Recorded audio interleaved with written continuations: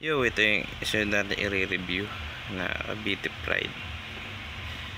Siguro Cavite Cup muna tayo. Cavite Pride na Shadow. Solid na ito. Hindi na matilang siya dito. Solid to.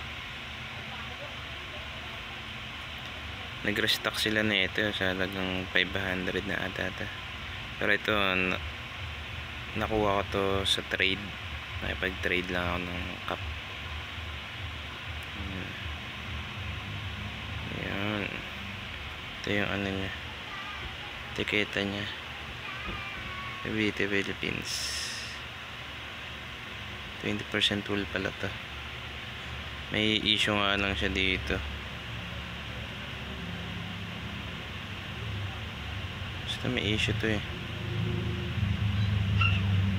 Ito. Ayan na.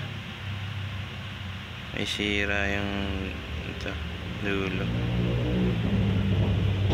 Yung loob niya, green under brim. Ayan. Ito yung design, Cavite Pride. Ayan.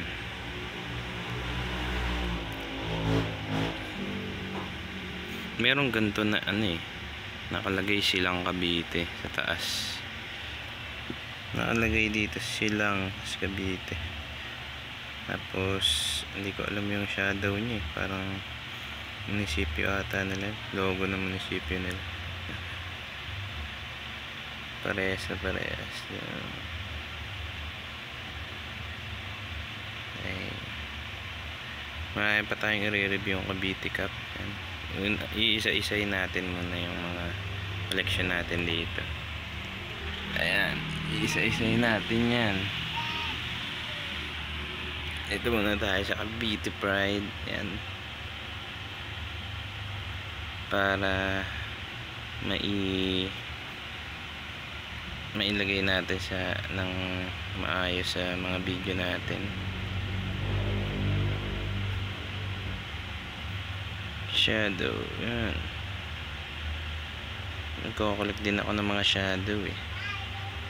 Mga kakaibang shadow na cup. Yung mga walang original, para masabi mong yun talaga yung original. Ito original na to, kasi wala namang ganitong ano eh, diba, na legit. Ito na yung pinaka legit na. Alright, Cavite Pride goods. Sima natin. Alright.